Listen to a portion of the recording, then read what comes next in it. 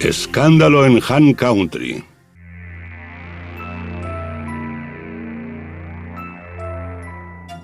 El 7 de septiembre de 1997, a las 10 de la mañana, la policía de Virginia acudió a una llamada a los servicios de emergencias del 911, realizada desde la Ashland Horse Farm, en el condado de Fauquier. En la cocina del servicio de la propiedad encontraron el cuerpo de Roberto Villegas, jugador de polo profesional y amante de la heredera multimillonaria propietaria de la finca. Estaba tendido de bruces en medio de un charco de sangre, con 4 disparos a bocajarro.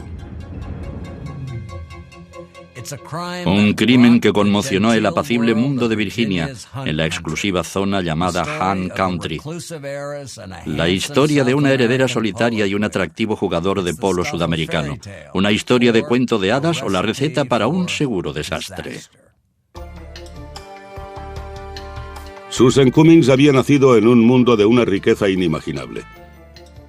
Sus padres eran privilegiados trotamundos que se movían entre los círculos más elitistas de Europa. Su padre era el exagente de la CIA Sam Cummings, uno de los traficantes de armas más importantes del mundo.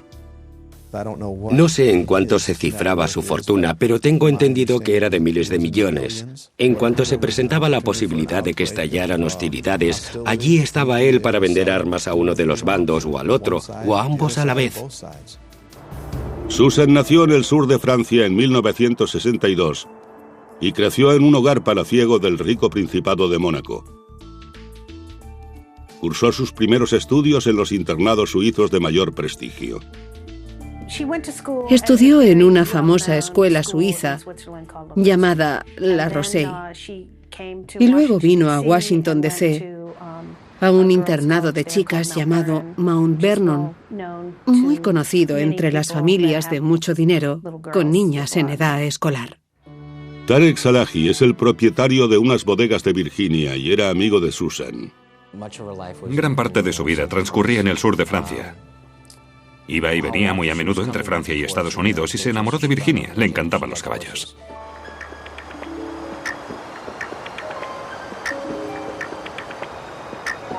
La zona de Virginia de la que Susan se enamoró se llama Han Country, o tierra de caza.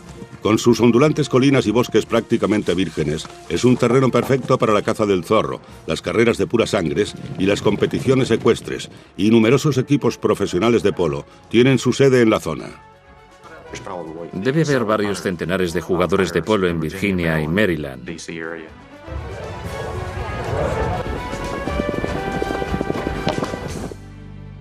Han Country también ha sido un imán para los ricos y famosos. Las personas acomodadas se sienten atraídas por los grandes espacios de la región.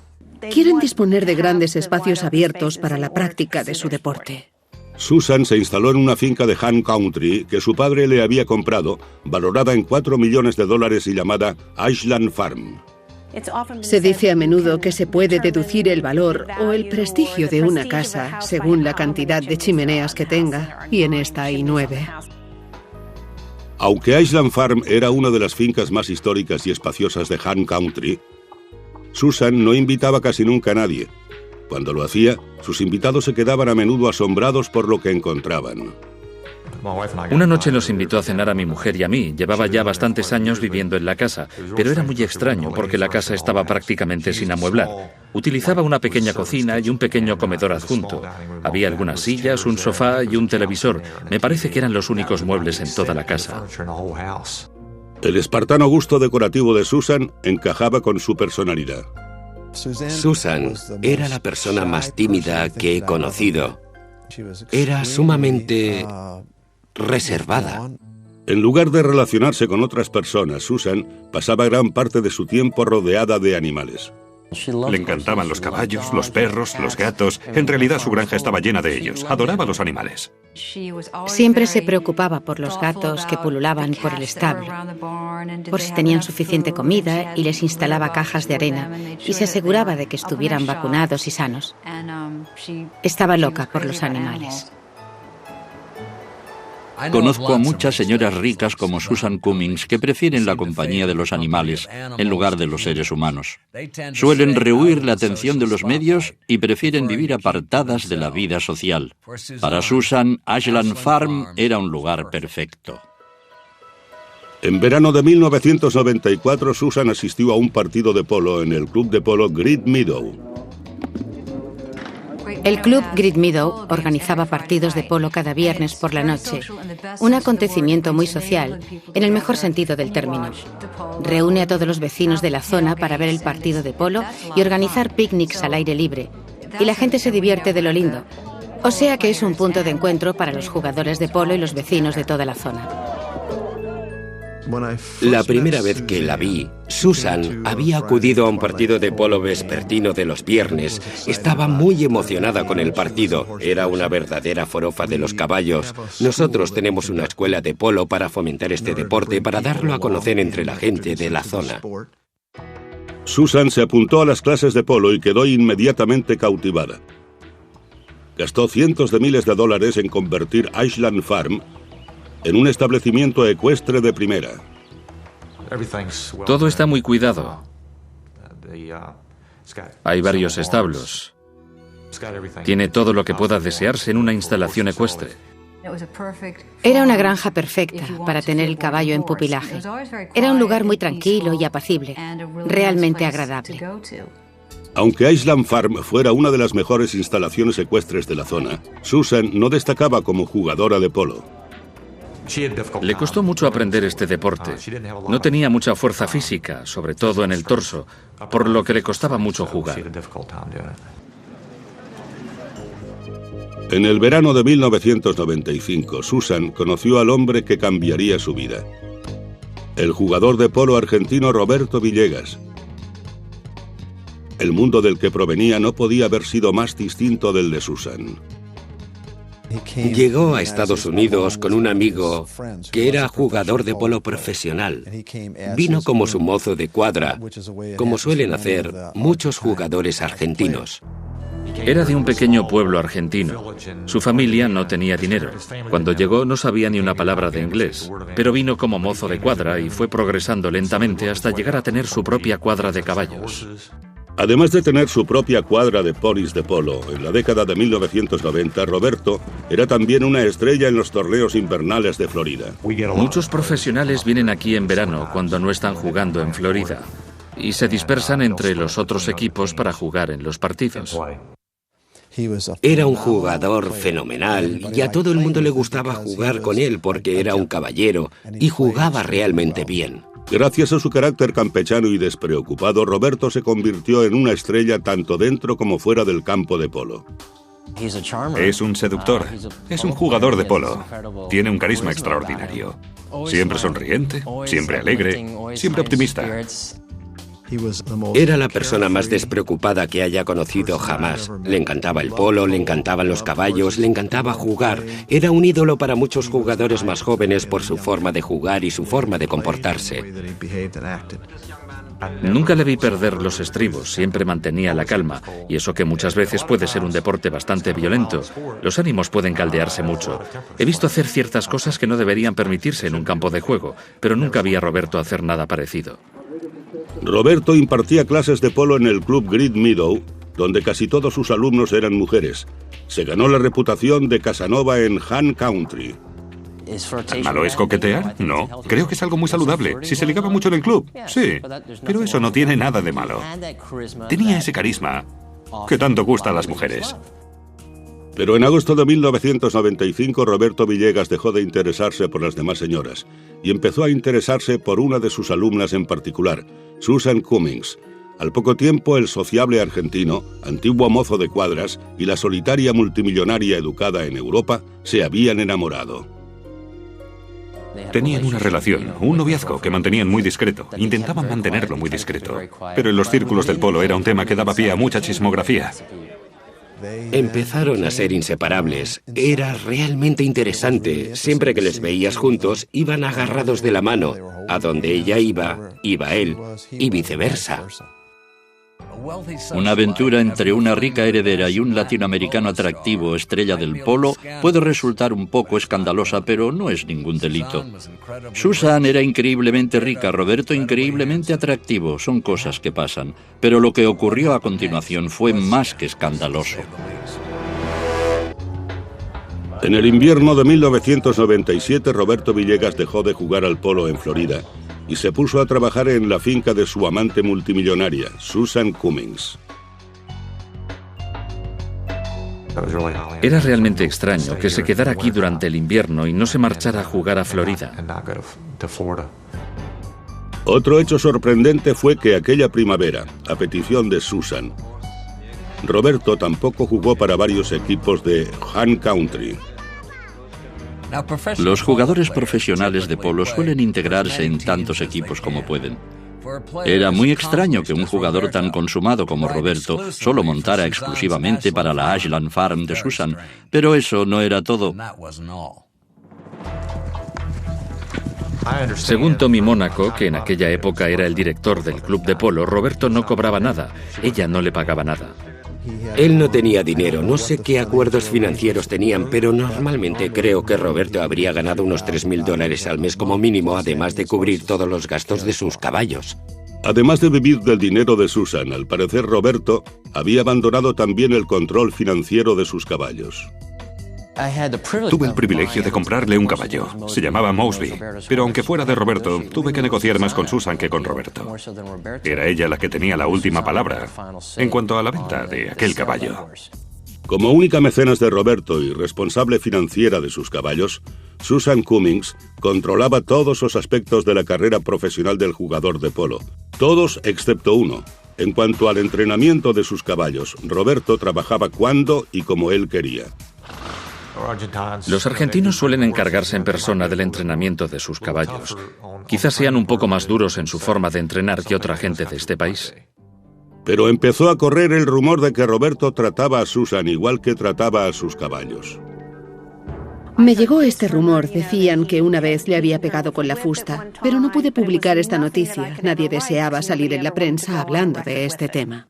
La gente que tenía sus caballos en pupilaje en Ashland creía que debía haber algún tipo de malos tratos. Pero los amigos de Roberto decían que él la quería y era incapaz de hacerle daño. Yo jugaba con ellos o les veía varias veces a la semana. Y nunca vi señal alguna de que hubiera ningún tipo de conflicto entre ellos. Roberto era la persona más ecuánime que haya conocido jamás. Incluso cuando trabajaba para Susan y ella jugaba con él, siempre la protegía de una forma increíble. Siempre estaba atento para que no le pasara nada. Con el tiempo, sin embargo, en el mundillo del polo de Han Country, empezaron a circular rumores de que la relación estaba en crisis.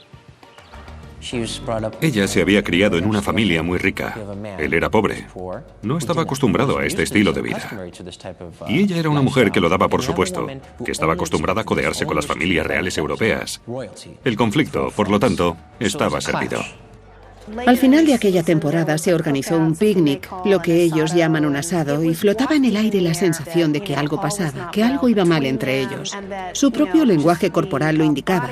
A finales de la temporada se notaba cierta distancia, dejaba ciertos interrogantes en suspenso. Finalmente, el 20 de agosto de 1997, Susan Cummings entró en las oficinas del sheriff del condado de Fauquier y le dijo al teniente Gary Gialay que tenía problemas con uno de los empleados de Ashland Farm, en concreto con Roberto Villegas. La señora Cummings dijo que se había vuelto sumamente posesivo con ella y que le había amenazado con dispararle o apuñalarle. Le dije a la señora Cummings que no podíamos hacer nada inmediatamente, que si quería venir conmigo para presentarse ante un juez, este podía expedir una orden de arresto contra el señor Villegas, basada en su queja. Resumiendo, el investigador le dijo, bueno, ¿quiere usted presentar una denuncia formal de algún tipo contra él? Y ella le respondió, no, tengo mucho miedo de lo que pueda hacerme, pero solo quiero que quede constancia de lo que está pasando. Eso era bastante extraño. Si Susan tenía realmente miedo de su novio o de la pareja con quien vivía, ¿por qué no quería que le echaran de su casa? Menos de 24 horas después de su visita a la policía, Susan y Roberto estaban de nuevo juntos en Ashland Farm. Todo parecía ir bien de nuevo, especialmente para Roberto. El 2 de septiembre recibió una llamada del embajador argentino en Washington pidiéndole que participara con el equipo nacional de polo de su país en un partido el 7 de septiembre contra la selección nacional de Estados Unidos.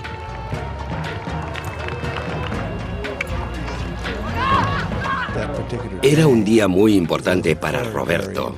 El embajador de Argentina estaría presente y era un acontecimiento muy especial para él. Por desgracia, Roberto no tendría nunca la oportunidad de jugar para el equipo nacional de su país. Después de esta pausa, la policía recibe una llamada de socorro de Ashland Farm a primera hora de la mañana.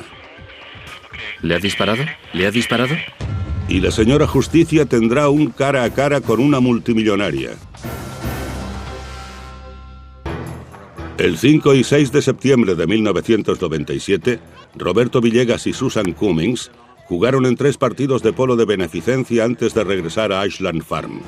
Roberto tenía que prepararse para el que sería sin duda el partido más importante de su vida, entre el equipo nacional de Estados Unidos y el de su país natal, Argentina. El equipo nacional argentino es el Dream Team del polo. Para un jugador de polo, el honor más grande es probablemente que le inviten a jugar en él. Roberto estaba sin duda muy ilusionado y con muchas ganas de jugar el partido, pero Susan no lo veía así. Ella le dijo que no podía ir y él probablemente le contestó que se llevaba los caballos, que eran suyos y que se iba. Pero Roberto Villegas nunca salió de Ashland Farm. A las 10 de la mañana, los servicios de emergencia recibieron una llamada de Susan Cummings. ¿De qué tipo de emergencia se trata? Sí, hay un hombre. Le han disparado y está muerto. ¿Dónde? En Ashland Farm. Hablé con el sargento Haley hará cerca de una semana y ya conoce a ese hombre. Vamos a ver, ¿acaba de verle o...? Ha intentado matarme. Me pareció muy extraño que estuviera tan tranquila, teniendo en cuenta que acababa de matar a alguien de un disparo. Bien, ¿le ha disparado usted? Tenía una pistola, sí. ¿Le ha disparado usted? Tengo que hablar con mi abogado. Con Susan Cummings todavía al teléfono, el oficial Michael Zitz empezó a enviar coches patrulla a Ashland Farm. Lo primero que hice fue informar al supervisor de las patrullas móviles, el sargento Quino Anderson, de que había recibido una llamada de una señora que decía haber disparado y matado a un hombre en su cocina. Pocos minutos después, el sargento Quino Anderson llegó a Ashland Farm. Cuando llegué a la casa, noté enseguida que tenía sangre en uno de sus brazos. Creo que era el brazo izquierdo. Estaba chorreando sangre de un rojo vivo. Susan le dijo al sargento Anderson que Roberto la había atacado con un cuchillo. Durante la refriega había conseguido hacerse con una pistola que tenía escondida en la cocina y le había disparado. Pero los investigadores que llegaron a continuación para trabajar en la escena del crimen empezaron a dudar de la versión de Susan casi de inmediato. Les pedí que me llevaran al lugar donde se encontraba la víctima. Me guiaron, tuvimos que atravesar toda la casa, hasta la parte de atrás, hasta la zona de la cocina de abajo. Me arrodillé y contemplé el cuerpo del señor Villegas, con las piernas debajo de la mesa. Le habían disparado 4 veces. Tenía heridas de bala en el cuello y otra en el hombro. Le había atravesado la espalda. Y la otra bala le había entrado por el lado derecho del torso. Por todo lo cual, los detectives dedujeron que Roberto estaba sentado a la mesa de la cocina, dándole la espalda a Susan Cummings y tomando su desayuno cuando recibió los disparos.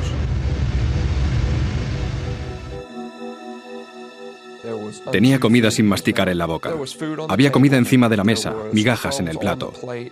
A su izquierda había una revista abierta, como si alguien la hubiera estado hojeando o leyendo. Y a los detectives les costó mucho creer que se hubiera producido un forcejeo, como Susan afirmaba. Cuando investigamos la cocina donde tuvo lugar el incidente, donde estas dos personas habían estado luchando a vida o muerte, nos extrañó que todo estuviera en orden, sin desperfecto alguno. Y la posición del cuchillo con el cual Roberto la había herido, según Susan, era igualmente sospechosa. El cuchillo estaba situado entre el cuerpo y su brazo derecho. Eso quiere decir que el señor Villegas había agarrado el cuchillo, había herido a la señora Cummings y había seguido desayunando sin soltar el cuchillo. Había recibido los disparos, había caído de la silla con el cuchillo en la mano, había aterrizado en el suelo con el cuchillo contra su cuerpo y en ningún momento se había manchado de sangre, ni había perforado su cuerpo, ni su ropa, ni nada. Las leyes de la física son difíciles de contravenir. Era imposible. Además, las heridas que Susan decía haber recibido durante el ataque de Roberto eran todavía más sospechosas. Enseguida tuve la impresión de que eran unas heridas muy superficiales y además autoinfligidas. Si agarro a alguien del brazo y le pincho con el cuchillo, esa persona no se quedará tan tranquila esperando que le corte. Se moverá, se debatirá. La profundidad de las heridas, su orientación y su alineación serán muy distintas, a menos que esté tranquilamente plantada esperando que le hiera sin presentar resistencia alguna. Y enseguida me pareció realmente extraño y totalmente improbable. La historia de Susan también fallaba en cuanto a la hora en que había tenido lugar el incidente. A las 10:15, cuando llegó la policía, la sangre de Roberto ya se había coagulado, lo cual indicaba que le habían disparado mucho antes de que Susan llamara al 911. La policía no se creyó ni por un momento la historia de legítima defensa de Susan. ¿Quién podía creerla? Ninguna prueba física la respaldaba. Aquello no encajaba. Estudiando todos los detalles, era evidente que se trataba de un asesinato. Por lo que yo podía ver, había sido una ejecución. Cuanto más investigaba la policía, más pruebas surgían de que no se trataba de un asunto de legítima defensa y de que la heredera multimillonaria no era tan tímida y pasiva como todo el mundo creía. Entramos en una habitación de la primera planta de la casa principal, que parecía ser el dormitorio de Susan. En aquella habitación encontramos varias pistolas. Encontramos un Magnum 357 debajo del colchón, un revólver hand cannon de acero inoxidable. Al seguir investigando, los detectives encontraron todavía más pruebas que contradecían su historia. Encontramos una bala sin usar encima de un bloc de notas en el despacho situado al otro lado del pasillo que daba a la cocina. En su dormitorio de la primera planta, dentro de un armario, encontramos la funda del revólver. Al parecer, alguien había entrado. Había sacado el revólver, pero había dejado la funda en el armario. Había bajado a la planta baja y había disparado con el arma. Había que subir 2 tramos de escalera para ir a buscar la pistola. Sí, aquí es donde estaba la pistola utilizada en el homicidio. Y si esto había sido así, si había podido alejarse tanto del señor Villegas, ¿por qué no había llamado a la policía? Pero los investigadores decidieron que en lugar de llamar a la policía, Susan había regresado a la cocina y matado a Roberto.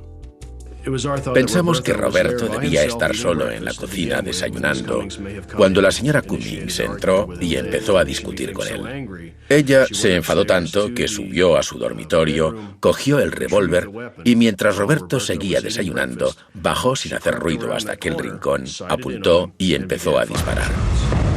Después de matar al señor Villegas, cogió el cuchillo, se hirió en el brazo y puso el cuchillo junto al cuerpo del señor Villegas. La policía consideró que tenía pruebas más que suficientes para detener a Susan Cummings, acusada de asesinato. Pero Susan tenía muchas maneras de evitar la cárcel. Millones de ellas, de hecho. El 7 de septiembre de 1997, horas después de que la policía retirara el cuerpo de Roberto Villegas de Ashland Farm, Susan Cummings fue detenida acusada de asesinato. Susan contrató a uno de los abogados más caros y famosos del país, Blair Howard. Blair Howard era un hombre muy bien situado, tanto en Palm Beach como en Washington, D.C. Había sido el abogado defensor de otro caso muy famoso, en el que un marido despechado había disparado y matado al amante de su esposa y se había salido de rositas gracias a Blair Howard. Cuando los acusados contratan abogados famosos, están mandando un mensaje. Piensan defenderse con todos los medios financieros a su alcance. Blair Howard es uno de los mejores abogados que puedan conseguirse con dinero. En el centro de detención del condado de Fauquier, Susan Cummings tuvo una entrevista privada con su abogado. La historia que oí aquella mañana, más o menos una hora después del incidente, fue la misma historia que escuchó el jurado. Quiero decir, no dudó ni un momento, no cambió su versión, no modificó su historia en lo más mínimo. Más tarde, aquel mismo día, Susan fue oficialmente acusada por el asesinato en primer grado de Roberto Villegas. La fianza fue de más de $1 millón que la multimillonaria pagó de inmediato. La fianza no era ningún problema. Quedó en libertad aquella misma mañana, con la condición, por supuesto, de que se retiraran todas las armas de la casa. Es lo que algunos de los editores para quienes trabajo calificarían de historia muy sexy. Tenía todos los elementos necesarios. Había dinero, había caballos y luego había un asesinato. Blair Howard lanzó una campaña para convencer a la opinión pública de que no se trataba de un asesinato, sino de legítima defensa. Bueno, él le había herido. Le había herido. Es su cuchillo y se lo había clavado. Y ella actuó en legítima defensa. Mientras Susan pagaba una fortuna a Blair Howard para que preparara su defensa, los amigos de Roberto se esforzaban en reunir dinero para pagarle el funeral. Roberto no tenía ninguna cuenta en el banco, no tenía cuenta de ahorros, no tenía dinero en efectivo en su dormitorio, no tenía nada. La embajada argentina corrió con los gastos de repatriación del cadáver, pero los jugadores de polo le pagaron el funeral. Se celebró un funeral en la Iglesia Católica. Acudió muchísima gente de todos los rincones de Estados Unidos. La gente vino en avión de todas partes para presentar sus respetos a Roberto. Fue un funeral precioso. Fue en la iglesia de Middleburg y acudieron todos los jugadores de polo del club. Susan no vino. El juicio contra Susan debía empezar en mayo. Como preparativos para el juicio, los investigadores del condado de Fauquier habían seguido analizando todas las pruebas físicas. La investigación en la escena del crimen nos aportó todavía más información sobre la situación de las balas, sus trayectorias, etc., así como una interpretación de las heridas de la señora Cummings y las salpicaduras de sangre. Estábamos completamente seguros de que no se trataba de un incidente de violencia doméstica. En Ham Country, sin embargo, los medios de comunicación parecían creer más bien en la historia de legítima defensa de Susan, apoyando así la estrategia del abogado para concitar simpatías hacia su cliente.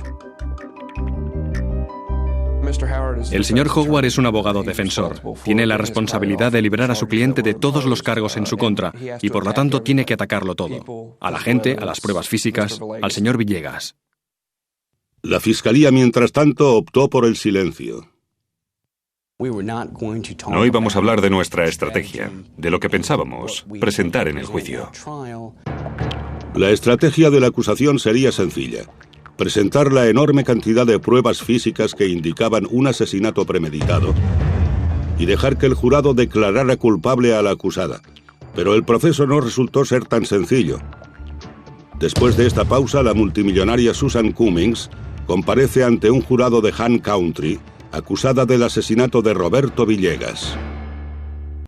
El 6 de mayo de 1998 empezó el juicio contra Susan Cummings por el asesinato de su amante argentino Roberto Villegas. En lugares como Han Country, la gente odia este tipo de juicios. Los ricos y poderosos vienen a vivir aquí precisamente para que no les molesten.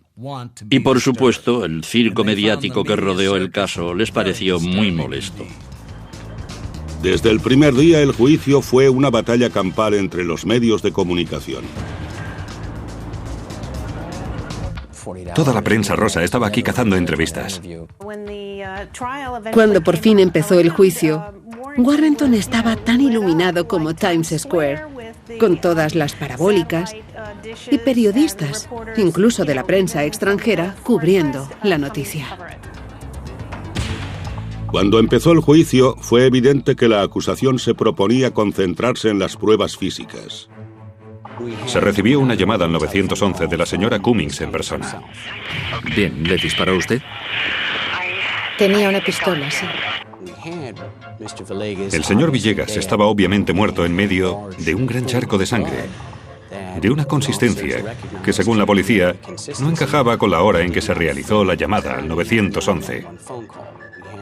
También teníamos la posición del cuchillo y la trayectoria de las balas que se encontraron en su cuerpo. Utilizamos un maniquí de la misma talla que el señor Villegas. Y gracias a nuestras mediciones y a la documentación en el escenario del crimen, pudimos demostrar que el señor Villegas estaba sentado a la mesa cuando recibió los disparos. Todas las balas presentaban una trayectoria desde el lado derecho y con una inclinación de arriba a abajo. Todas están disparadas desde arriba, como si alguien estuviera de pie junto al señor Villegas en el momento de disparar. Pero la estrategia de la defensa consistió en ignorar las pruebas físicas y presentar a Villegas como el amante peligroso y abusivo de Susan. Ella creyó que era el último día de su vida. Estaba mortalmente asustada, no sabía qué hacer. Y llegado a este punto dijo, no puedo más, no tenía otra opción, y empezó a disparar. No hay que olvidar que el jurado de este caso no estaba compuesto por gente de la clase social de Roberto, sino de acomodados ciudadanos de Virginia, de la clase social de Susan. Desechando las pruebas físicas, la defensa llamó a varios testigos que afirmaban haber detectado un lado oscuro en Roberto Villegas. Ciertos testigos habían visto ataques físicos y amenazas verbales, como Faye Lefla, que declaró que una vez Villegas se había enfadado tanto con ella que la había amenazado de muerte en unas cuadras de Florida. Y le había dicho, a ese caballo ganador tuyo también lo mataré. Así es como era Villegas. Ninguno de los testigos que declararon en su contra le conocía demasiado bien, pero la defensa consiguió encontrarles. Si tienes suficiente dinero, siempre encontrarás a alguien dispuesto a hablar mal de otro. Siempre habrá alguien que nos dirá lo que hizo hace 15 años. Encontraron a ese alguien. Los testigos de la defensa tuvieron cierta influencia negativa para la fiscalía, pero en lugar de rebatirles con otros testigos, la acusación siguió basándose en las numerosas pruebas físicas, una decisión que hizo dudar a los amigos de Roberto sobre la solidez de su estrategia. Estábamos dispuestos a declarar a su favor porque los miembros del jurado no sabían absolutamente nada de Roberto, solo lo que la defensa había presentado hasta el momento acerca de su personalidad. Sin embargo, la acusación siguió basando su estrategia solo en las pruebas. Creo que esto es lo que pretendía la defensa, que en lugar de juzgar los actos de Susan Cummings en aquel día en concreto, se juzgara lo que Roberto Villegas había hecho durante toda su vida, tanto a la señora Cummings como a otras personas. Y si nosotros hubiéramos cambiado nuestra estrategia para dedicarnos a rebatir sus afirmaciones, éstas se habrían convertido en el centro del caso, y nosotros no queríamos que así fuera. Lo he visto muchas veces. La Fiscalía, tan confiada en los hechos y las pruebas, no tiene demasiado en cuenta el aspecto humano del delito. Pero los miembros del jurado son seres humanos, y Blair Howard estaba convirtiendo el caso en un asunto sobre lo que él dijo o ella dijo, y por supuesto, él ya no estaba para poder prestar declaración. Ella, sin embargo, sí estaba. El 6 de mayo de 1998, Susan Cummings llegó a los juzgados del condado de Fauquier para subir al estrado en su propia defensa. En su estilo tímido y discreto, contó al jurado su versión de lo ocurrido y lo que ella calificó de temperamento violento de Roberto. Presentó la imagen de una frágil mujer maltratada por un atractivo y atlético jugador de polo argentino. Su historia es muy sólida y muy plausible, y creo, con todos mis respetos, que el jurado creyó que decía la verdad. Su declaración fue la más estudiada y ensayada que yo haya visto jamás. En cierto momento, recuerdo concretamente que empezó a contestar, se aturulló, se detuvo y pidió al señor Howard que repitiera la pregunta. Contestó exactamente lo mismo que antes, pero esta vez sin tropezar. Estoy seguro de que había estudiado su declaración por escrito. Todavía confiados en las pruebas físicas, Los acusadores decidieron de nuevo no llamar a declarar a ningún testigo que pudiera contradecir las declaraciones de Susan. El jurado no podía basarse en otra cosa en realidad que lo que la defensa presentaba como forma de ser de Roberto. No tenía una visión de conjunto de la realidad. El 11 de mayo de 1998 terminaron los alegatos del fiscal y la defensa. Cuando el jurado se retiró para deliberar, yo estaba completamente seguro de que iba a declarar a la señora Cummings culpable de asesinato. Creo que ciertos miembros del jurado se basaron en la declaración de la acusada y creyeron que en aquellas circunstancias había actuado en legítima defensa. La suerte de Susan Cummings estaba ahora en manos del jurado. Después de esta pausa, el escandaloso veredicto en el juicio por asesinato contra la multimillonaria Susan Cummings. El 12 de mayo de 1998, un jurado de Virginia anunció haber llegado a un veredicto en el juicio por asesinato contra una heredera multimillonaria, Susan Cummings. Susan Cummings fue declarada culpable, pero no de un asesinato en primer grado, ni siquiera en segundo grado. En lugar de ello, el jurado la declaró culpable de homicidio voluntario, delito castigado con una sentencia máxima de 10 años de cárcel y una multa de hasta $12.500. Las pruebas del caso indicaban claramente que se trataba de un asesinato en primer grado. Susan Cummings firmó un abultado talón a nombre de Blair Howard para compensarle por su trabajo, un precio justificado con creces. No me cabe la menor duda, teniendo en cuenta mi experiencia y a juzgar por lo que vi en el escenario del crimen y el desarrollo del juicio, de que Susan Cummings había asesinado a Roberto Villegas. La señora Cummings mató a ese hombre a sangre fría. Las personas como yo que pasamos horas en el escenario del crimen examinando el cadáver del señor Villegas, estudiando el informe forense, que pasamos semanas y semanas preparando el caso, éramos plenamente conscientes de la situación y era horrible. Podía ponerme perfectamente en su lugar. Me identifiqué con ella. Yo también vengo de una familia rica y tenía la sensación de que habría reaccionado como ella. Si la fiscalía hubiera llamado a declarar a testigos que presentaran el carácter de Roberto bajo otra luz, creo que el jurado hubiera tenido más problemas para llegar a un veredicto. Los amigos de Roberto en la comunidad de jugadores de polo quedaron consternados. Me pareció realmente injusto. No encajaba con el crimen. Me sentí muy decepcionado por no poder declarar y defender a Roberto, defender su nombre, explicar cómo era. Creían que la cantidad de pruebas forenses que tenían bastarían para demostrar su culpabilidad. Pero ya ve lo que ocurrió. Perdieron. La fiscalía no perdió por completo, por supuesto. Susan Cummings tendría que ir a la cárcel por su crimen. Pero cuando el jurado anunció la sentencia, resultó ser todavía más escandalosa que el veredicto. La condenamos a 60 días en la cárcel del condado y a una multa de $2.500.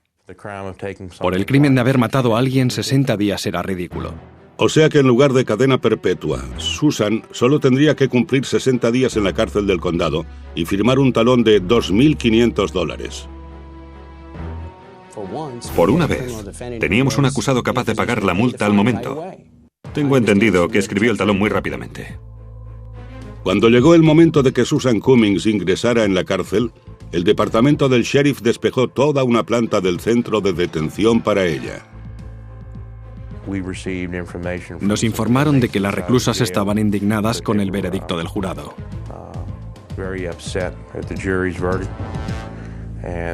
Y de que cuando se enteraron de la condena que había recibido, se propusieron atacarla. La señora Cummings correría el peligro de resultar herida o algo peor en manos de otras reclusas convictas de delitos mucho menos graves que ella, con condenas de 2, 3 o 5 años, por firmar talones falsos o por posesión de drogas. Gracias a su buen comportamiento, Susan pasó un total de 57 días en la cárcel por la muerte de Roberto Villegas. Mucha gente en Han Country se quedaron con la duda de si la heredera se había librado así de un asesinato o si se había visto empujada a un acto trágico por un amante violento. Estaba convencida de que ella debía haber sido víctima de malos tratos, si no, ¿Quién sería capaz de matar a alguien a tiros? Todavía me pregunto hoy en día cuál fue el motivo. ¿Por qué lo hizo? Algunos agentes de policía sospechan que Susan Cummings mató a su amante simplemente para librarse de él. Sabía que sus millones la protegerían y creen que su declaración fue puro teatro. Me resulta totalmente imposible creer en la imagen que esta dulce y amable persona presentó ante el tribunal. Su declaración de legítima defensa, teniendo en cuenta todas las pruebas que conseguimos durante la investigación. Hay muchas víctimas de malos tratos domésticos en este país y en todo el mundo.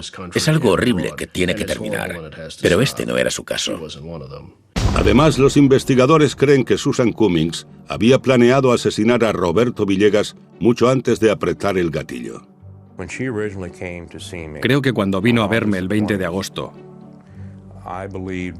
solo lo hizo para que la policía tuviera constancia de su declaración y que si luego sucedía algo, esto le serviría de cobertura. Eso es lo que hizo. Tras salir de la cárcel, Susan Cummings regresó a su vida de aislamiento en su finca de Ashland Farm. Apenas se deja ver en público. Su estilo de vida sigue siendo básicamente el mismo. Sigue viviendo en su gran granja, sigue siendo muy solitaria. De vez en cuando la veo en algunos acontecimientos ecuestres. Un día que había ido de compras, me encontré con Susan en el aparcamiento y simplemente la saludé. Le dije quién era. Ella sabía quién era y me dijo que estaba muy agradecida por el veredicto. Pero a pesar de su riqueza, Susan sigue estando excluida de los círculos sociales de Han Country. El mundo del polo le ha repudiado por completo. Es una persona non grata en el mundillo del polo. No la he visto en un partido de polo desde aquel incidente. No sería un lugar agradable para ella.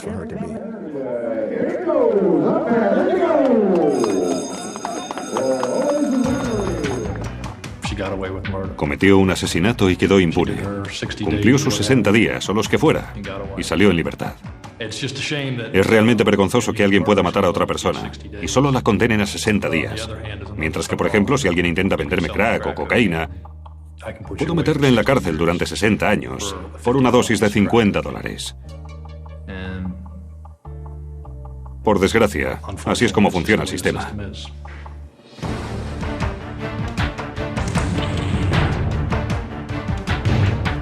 Este caso es otro desafortunado ejemplo de que una gran cantidad de dinero en la cuenta bancaria puede significar más para un jurado que la cantidad de pruebas en su contra. Han Country seguirá obsesionado con lo que sucedió a Roberto Villegas durante muchos años, y es justo que así sea. Soy Dominic Dunn, para la Televisión Judicial.